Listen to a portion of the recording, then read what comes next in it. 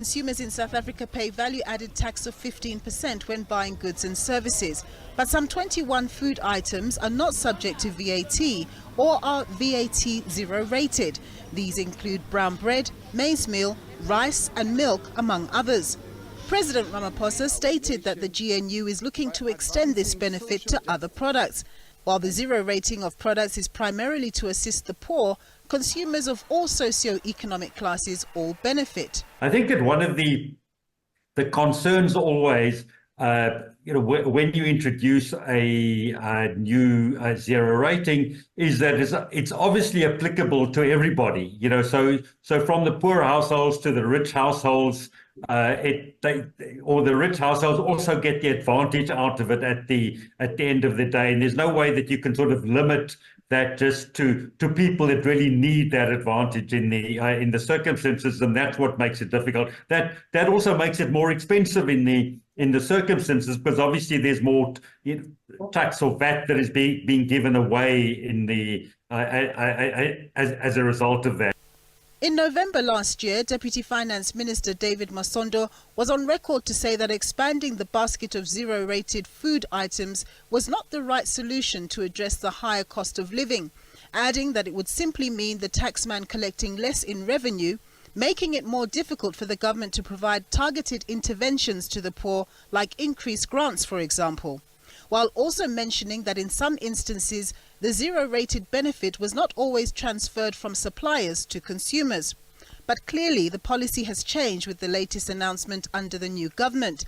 While welcoming the GNU's focus on alleviating poverty through the extension of zero-rated products, one civil society body argues that the provision of improved social grants in monetary terms would probably be more helpful.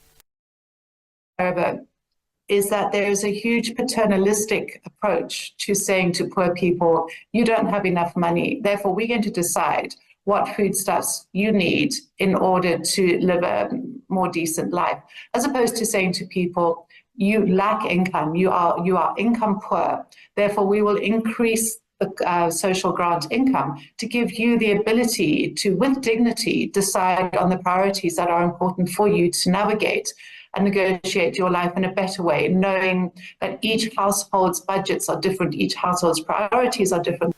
But given that the focus is to ensure that indigent members of society can have access to affordable, nutritious food in a country that does have vast food choices, some say it's very difficult to get the balance right when it comes to selecting a basket of food items that make sense, with suggestion that this time may be an opportunity to refresh the options available. The difficulty is always to try and work out what the most appropriate basket of products is that should qualify for it.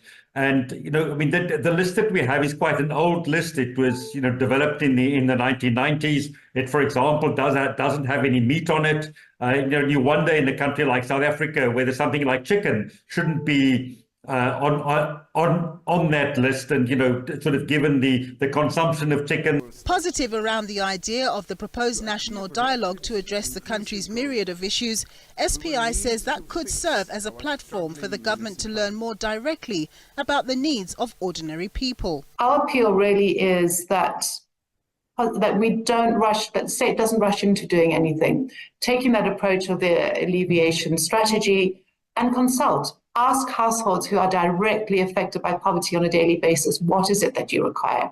And that should possibly go into the national dialogue, which also came through as an announcement in the opening of Parliament's address.